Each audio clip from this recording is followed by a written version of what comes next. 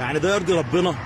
يعني ده يرضي ربنا؟ صحى على الصبح بقول يا فتاح يا عليم يا رزاق يا كريم يا رب رزق العيال بالحلال، وطالع اعمل مرمق في اكتوبر. انا راجل صنايعي، العربيه تعطل كاوتش، العربيه تعطل كاوتش عشان انا مش قادر اجيب فرد الكاوتش، عشان فردة الكاوتش ب 3000 جنيه. يا علم يا اولاد الوسخه، يا علم يا قفره، نعمل ايه يا اولاد الوسخه؟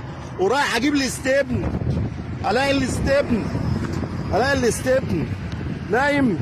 طب اخد الفرد على قلبي واروح بيها فين دلوقتي؟ في الصحراء يا اولاد الوسخ.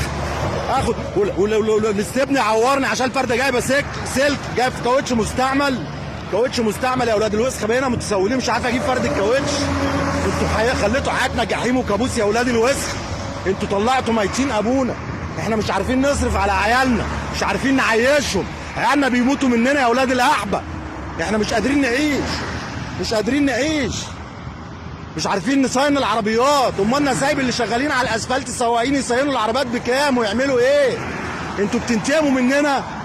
ده انتوا ولاد وسخه على الصبح. اعمل ايه دلوقتي؟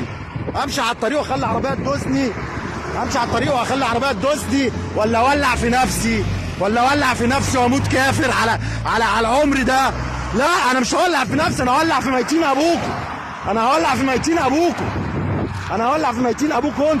انتوا طلعتوا ميتين ابونا، احنا هنولع في ميتين ام السيسي. مش هنسكت تاني. اذا كنا ساكتين احنا ساكتين عشان احنا متخيلين ان في امل، بس امل شكلها ماتت. امل تعيش انت. عشان كده يا اولاد الوسخه يوم 17 مارس الناس بتقول فيه ثوره. يا اولاد الوسخه نازل، واي راجل من ظهر الراجل ينزل يوم 17 مارس. خلاص كل الصناعات تنزل، والناس اللي اكل عيشها الاسفلت لازم تنزل. هنسكت على ايه تاني؟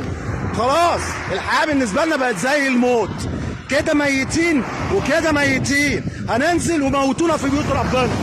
احنا هنقعد في بيوت ربنا يوم الجمعه، هنقعد في بيوت ربنا. عايزين تخش موتونا عشان احنا كده ميتين وكده ميتين. واي راجل ينزل يفشخهم 17 مارس. يوم 17 مارس هتتفشخوا، يعني عيش عيشه فل يا نموت احنا الكل.